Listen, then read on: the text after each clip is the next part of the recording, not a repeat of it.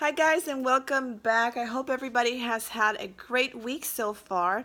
And thank you so much for those of you who have replied to my emails and asked questions. The more that you ask and the more that I know about you and your thoughts and your needs and what have you done and what has worked or what your frustrations are, the best that I can help you.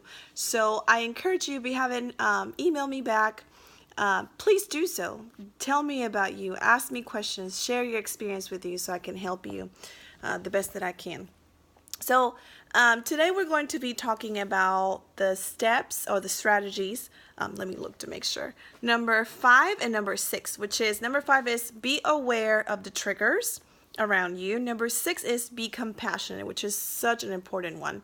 So be aware of the triggers. So I hear a lot of people saying or tell me or ask me, how do I do this? Because they're everywhere, right? It's in social media, on Facebook, on Snapchat, on Instagram, on the billboards, when you walk down the street, on the movies, on the magazine. So this is the thing.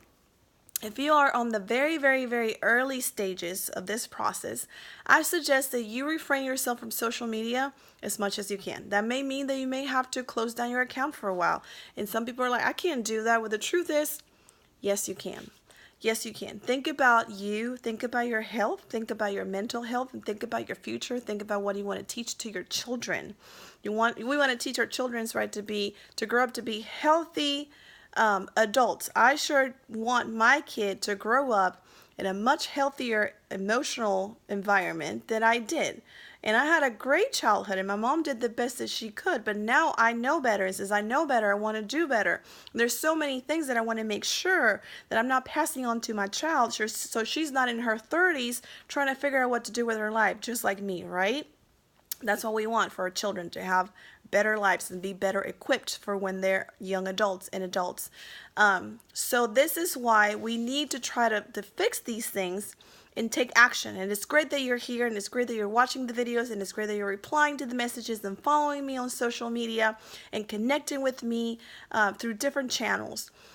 But I want you, for those of you that are just in the back seat watching because you feel that you're not ready, I'm going to tell you right now. You probably heard this before, but I'm going to tell you. There's never going to be a right time, and you will never feel ready. You just never will. It's one of those things in life that you will never feel ready, and if you wait, life is going to pass you by, and you're going to grow older, and you're not going to tackle this, and it's just going to be the way that your life is going to be. Period. If you don't like the way that your life is, I'm giving you the tools. I'm giving you advice. I'm coming here to you every week. You have to do the rest of the work. I cannot do it for you. I wish I could, right? That would be great if somebody could do the work for us, because it's uncomfortable and it's hard and we don't want to do it. But we have to. If we want to change our lives and we want to change the lives of those that are coming after us and we're showing them the example, we have to not only fill ourselves with the information, but we have to take action. So that being said, step or strategy number 5, like I said, be aware of the triggers. And that's what I was saying. Sometimes when you're in the very early stages, or you feel that you're too weak to be around everything that's being thrown on your face, close down your account for a while. 2 weeks, a week, 3 weeks, whatever it takes.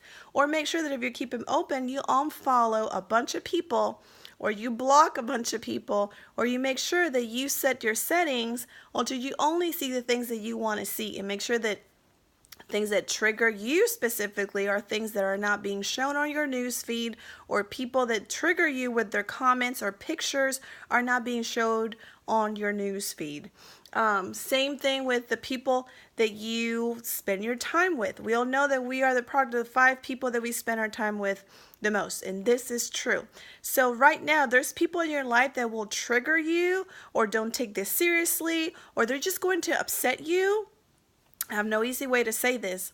Don't spend time with them for a while. I'm not saying you're not going to be their friends forever again or anything like that. If they really love you, let them know you're going through a process, and right now you just don't need the extra comments or don't need the whatever. Let them know what to expect. Let them know what things they say that could possibly trigger you and upset you. If they really love you and they really respect you, maybe they still can be in your life in this process and just support you, right?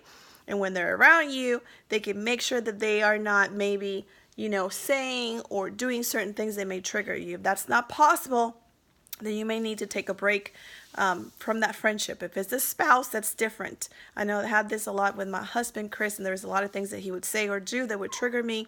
And I specifically told him, and it was a process. And thankfully, after many months, we're on the same page now. But it is a process, but you need to stay committed and make sure that you do. You can't really fix, you can't tell people what to do or not to do. You can only let them know of what you're trying to do